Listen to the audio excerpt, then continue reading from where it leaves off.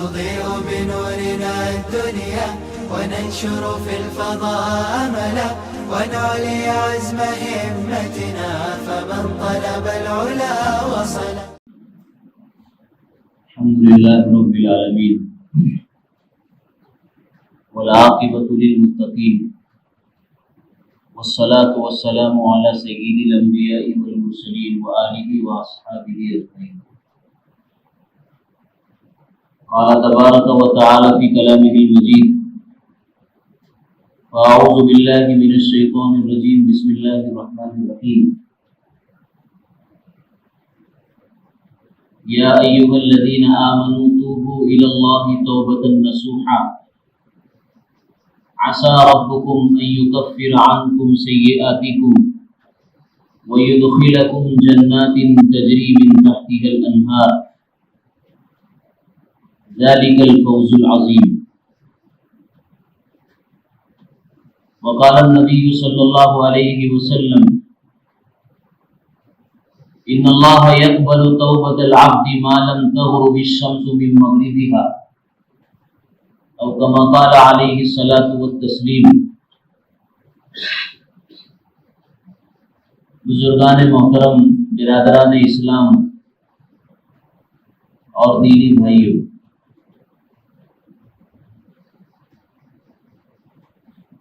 ہم جس دور اور زمانے سے گزر رہے ہیں یہ قیامت کے بالکل قریب کا دور.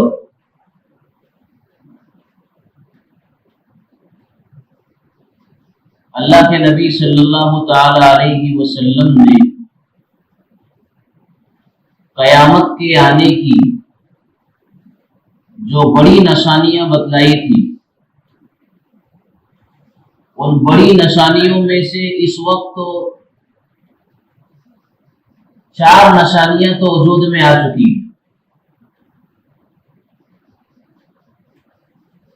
اور 6 قیامت کی بڑی نشانیاں ایسی ہیں جو ابھی باقی ہیں.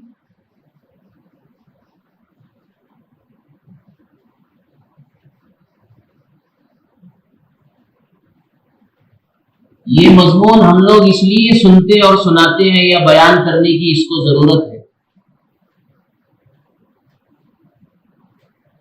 کہ ہماری غفلتیں ختم ہو جائے، میری اور آپ کی بے توجہی جو اسلام سے ہے، دین سے ہے، یہ دوری ختم ہو جائے، یہ غفلت ختم ہو جائے، اور اس جنت کو حاصل کرنے کا شوق اور تمنا ہماری بڑھ جائے جو ایک ایمان والے کی ایمان کا تقاضا ہے.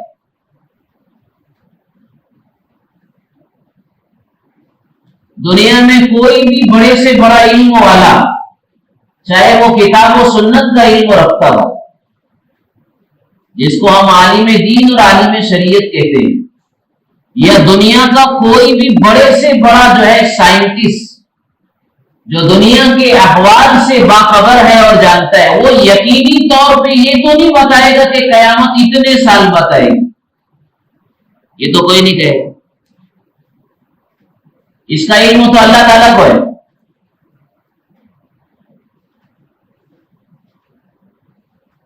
لیکن اللہ کے نبی صلی اللہ علیہ وسلم نے جو نشانیوں کی خبر ہمیں دی ہے وہ خبر تو سچی ہے.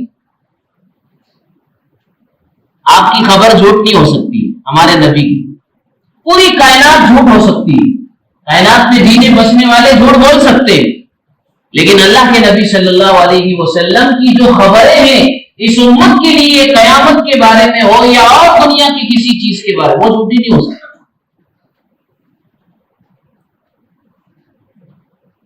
تو انسان کو توبہ کی طرف توجہ دینا کی ضرورت ہے. توبہ،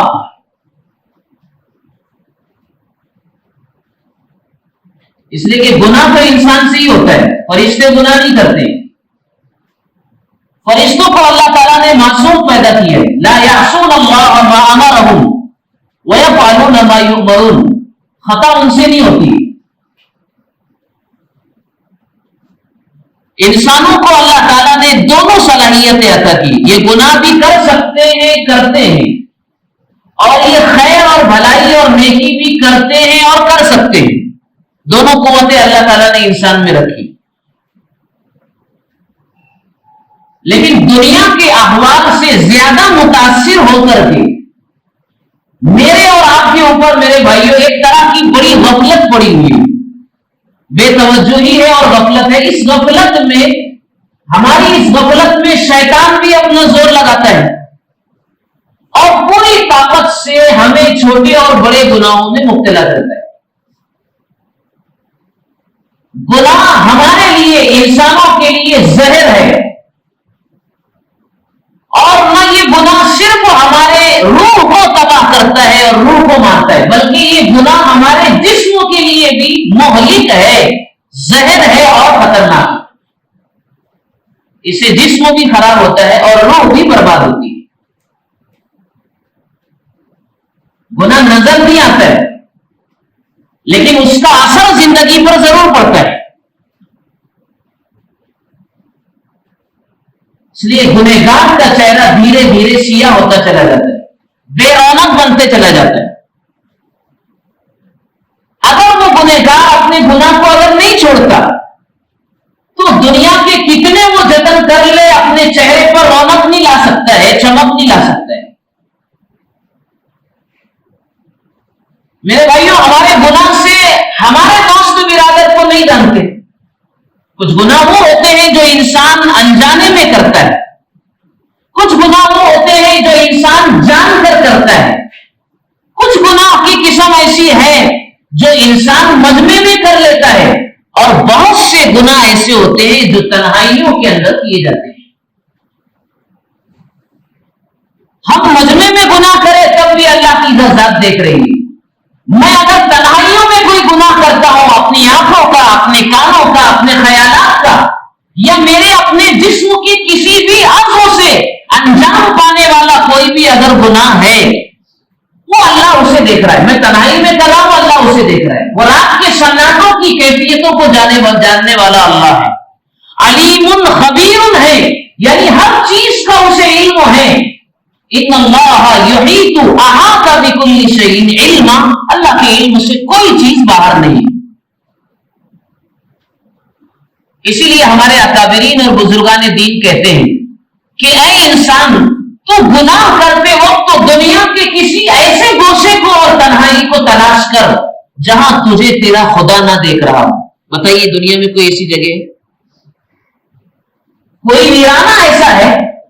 کوئی سمندر کا ساحل اگر ایسا ہے، کیا سمندر کی گہرائی میں اللہ گناہ کرنے والے کو نہیں جانتا؟ کیا جنگل کے اندر گناہ کرنے والے کو اللہ نہیں جانتے؟ کیا گفاؤں میں اور بلوں میں اور گاؤں میں چھپ کر کے اگر کوئی انسان اللہ کی نافرمانی کرتا ہے، میرے بھائی اور میرے بزرگوں، اللہ اسے جانتا ہے۔ دنیا کا کوئی چپا اور گوشہ ایسا نہیں ہے جہاں ایک انسان اپنے اللہ سے بچ کر کے اس کی نافرمانی کر کے دکھائے، نہیں ہے کوئی جگہ ایسی۔ اللہ تعالیٰ کی علیم اور خبیر ذات کی نگاہوں میں ہر وقت ہم لوگ موجود ہیں۔ جیسے اس وقت جرائم کو اور گناہوں کو پکڑنے کے لیے CCTV کیمرے لگائے جا رہے ہیں، اب اس کا چلن عام ہو گیا، چاہے مدرسے ہو، چاہے یونیورسٹی ہو، کالج ہو، چاہے ہماری مسجدیں ہو۔ حالات کا تقاضا یہ ہے، امانتوں کے اندر خیانت کرنے کا ایک عام مزاج بن گیا، کام کرنے والے کام نہیں کرنے کے لیے تیار۔ انسان کو دنیا کی ہرس و ہوس میرے بھائی اس طرح بڑی ہے کہ خیانت عام ہو رہی ہے۔ اس خیانت کو پکڑنے کے لیے، کوتاہیوں پر نگاہ رکھنے کے لیے انسان تو ہر جگہ پہنچ نہیں سکتا ہے، اس لیے آج مشینریوں کا استعمال کیا جا رہا ہے جس کو ہم CCTV کیمرہ کہتے ہیں۔ یہ CCTV کیمرہ تو اللہ کا ہمارے پاس جب سے ہم پیدا ہوئے، کائنات جب سے بنی ہے، جب سے ہمارے لیے گئے، ہم اللہ کی نگاہ میں۔ یہی بات اللہ تعالیٰ نے اپنے نبی سے کہی تھی، اِنَّكَ بِأَعْيُنِنَا، اے نبی آپ ہماری نگرانی میں ہیں۔ یہ مکہ والے آپ کو چاہے جتنا ستائے، جتنی تکلیف پہنچائے، اور جو آپ کے خلاف پروگرام بنائے، تدبیریں کرے، اِنَّكَ بِأَعْيُنِنَا، آپ ہماری نگاہوں میں ہیں، ہمارے جو ہے نگرانی میں آپ ہے، ہم آپ کی حفاظت کریں۔ وَاللَّهُ خَيْرُ الْحَافِظِينَ، بہترین حفاظت کرنے والی ذات اللہ تعالیٰ۔ تو گناہ انسانوں کے لیے، میرے اور آپ کے لیے زہر ہے. اس کا تریاق، اس زہر کو دھونے کا ایک ہی راستہ ہے، اس کا تریاق اور اس کی دوا ایک ہی ہے، اور وہ ہے توبہ. اور توبہ کا دروازہ ابھی کھلا ہے. اللہ کے سامنے آنسو بہا دینا دل کے احساس کے ساتھ کہ میں مجرم ہوں، میں مجرم ہوں، یہ احساس دل میں آ جائے.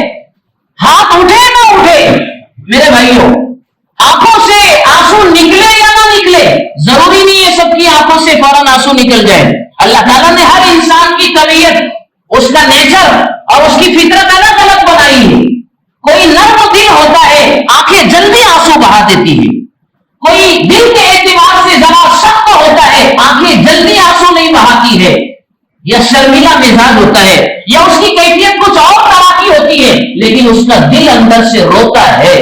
لیکن دل کے رونے کی آواز کو اللہ کے سوا کوئی نہیں سنتا. کسی کو کسی کہنے والے نے کہا تھا، آس جو ٹوٹی، یعنی امید، آس جو ٹوٹی تو محسوس ہوئی دل میں چبھن، دل جو ٹوٹا تو بہت دور تک آواز دی. جب دل ٹوٹتا ہے تو دل کے ٹوٹنے کی آواز اللہ کی بارگاہ میں پہنچتی ہے. شیشے ٹوٹتے ہیں دنیا میں تو ہم تو اس کی آواز کو سنتے ہیں، لیکن دل ٹوٹتا ہے تو میرے بھائیو اللہ اس کی آواز کو سنتا ہے.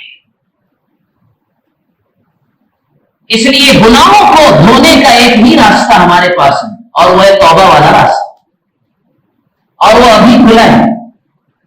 لیکن اللہ کے نبی صلی اللہ علیہ وسلم نے فرمایا کہ اللہ تعالی بندے کی توبہ کو اس وقت تک قبول کریں گے اور کرتے ہیں جب تک کہ سورج بجائے جو ہے مشرق کے مغرب سے طلوع نہ ہو جائے. آج کل سورج کہاں سے طلوع ہوتا ہے؟ جب سے دنیا بنی مشرق سے طلوع ہوتا ہے، اور ادھر پچھم، اس کو پورب کہتے ہیں، اس کو پچھم کہتے ہیں، اسی کو ہم مشرق اور مغرب کہتے ہیں. روزانہ سورج مشرق سے نکل کر مغرب میں ڈوب جاتا ہے، وہ اپنی ڈیوٹی پوری کر رہا ہے. اللہ کا روزانہ کے لیے ڈیلی کا اس کو یہی آرڈر ہے. اور یاد رکھو، حدیث مبارکہ کی روشنی میں آپ سے بات کر رہا ہوں، روزانہ سورج ڈوبنے کے بعد اللہ کے عرش کے سامنے سجدہ ریز ہو کر یہ اجازت مانگتا ہے، کل نکلوں کیا نہیں، کل نکلنا ہے کیا نہیں نکلنا ہے. اجازت ملتی ہے، روزانہ نکلتا ہے، ہماری تمہاری زندگی روا دوا اور چلنے لگتی. حدیث میں اللہ کے نبی نے فرمایا، میں نے حدیث پڑھی آپ کے سامنے، ان اللہ یقبل توبۃ العبد ما لم تغرب الشمس من مغربها. بہت کلیئرٹی کے ساتھ واضح انداز میں اللہ کے نبی نے فرمایا، بندے کی توبہ اللہ قبول کریں گے، کرتے رہیں گے جب تک کہ سورج مغرب سے طلوع نہ ہو جائے. یعنی ایک دن ایسا آئے گا جو قیامت کا دن ہوگا کہ سورج روزانہ طلوع ہوتا ہے مشرق سے، لیکن قیامت کے دن سورج طلوع ہوگا مغرب سے، پچھم سے طلوع ہوگا. یہاں تک توبہ کا دروازہ کھلا ہوا. اب ہمارے بعض علماء یہ بات کہہ رہے ہیں کہ بہت سارے لوگوں نے ایسے خواب دیکھے ہیں کہ اب یہ توبہ کا دروازہ دھیرے دھیرے ایک بال کے برابر بند ہونے کے قریب آ رہا ہے. اس سے پہلے میں آپ کو بخاری شریف کی ایک حدیث سناتا ہوں، تاکہ میری بات نہیں ہے، یہ اللہ کے نبی صلی اللہ علیہ وسلم کی بات ہے. حضور علیہ الصلوۃ والسلام نے قیامت کے قریب آنے کی بہت سی نشانیاں بتلائی تھی. میں نے کہا وہ 10 نشانیاں ہیں بڑی، جس میں 4 ہو گئی. وہ 4 کون سی ہو گئی؟ حضور نے فرمایا تھا ایک دھواں آئے گا، بہت بڑا دھواں نکلے گا. آئسی لینڈ کے اندر یہ دھواں 2010 میں نکل چکا ہے. آپ تھوڑا سا ہسٹری پڑھیں گے جا کر کے، گوگل پر ملے گا آپ کو، جو ہے ٹیکنالوجی کے آلات ہمارے پاس ہے، یہ ڈیٹیلز آپ کو مل جائے گی. آئسی لینڈ میں یہ دھواں نکلا، اور اس دھوئے نے پوری اس علاقے کو متاثر کیا کہ 100 لاکھ لوگ، یعنی 1 ارب کے قریب لوگ ایئرپورٹ پر اٹکے ہوئے تھے اس دھوئے کے نکلنے کے بعد. اور روزانہ 87 جو ہے کہنا چاہیے کہ روزانہ جتنے ایئرپورٹ تھے ان علاقوں کے 200 ملین سے زیادہ ہر ایئرپورٹ کا نقصان ہو رہا ہے. یہ ساری تفصیل آپ کو ملے گی. تو یہ دھواں نکلے گا قیامت کے بالکل قریب، وہ ہو چکا. اور 3 زلزلے آئیں گے. یہ تینوں زلزلے آ چکے ہیں. ایک پورب سے نکلے آپ کی طرف سے آئے گا یہ زلزلہ. یہ پورب والا زلزلہ جو ہے یہ ترکی میں آ چکا. ایک زلزلہ ہوگا جو پچھم سے نکلے گا، یہ مصر، سوڈان اور ان علاقوں کے اندر آ چکا، عراق اور ایران وغیرہ میں.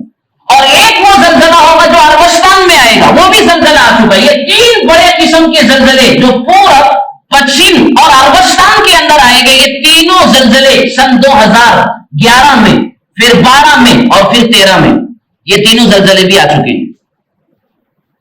یہ 4 نشانیاں ہوگی. 5ویں نشانی کی طرف حضور نے اشارہ فرمایا تھا، وہ ہے کہ توبہ کا دروازہ بند ہوگا. توبہ کا دروازہ بند. اور آپ علیہ السلام نے حدیث مبارکہ میں یہ بات بھی بیان فرمائی تھی کہ جب قیامت قریب آئے گی تو اللہ تعالی انسانوں کو قیامت کے بالکل قریب ایسے خواب دکھلائیں گے کہ جس میں قیامت کے قریب ہونے کے واقعات دکھائے جائیں گے. چنانچہ میں ابھی ایک بہت ہی معتبر عالم دین کا ان کی خود تقریر اور ان کا بیان سن رہا تھا. وہ کہتے ہیں کہ میں نے یہ خواب 2007 میں دیکھا. اللہ تعالیٰ خواب دکھلائیں گے.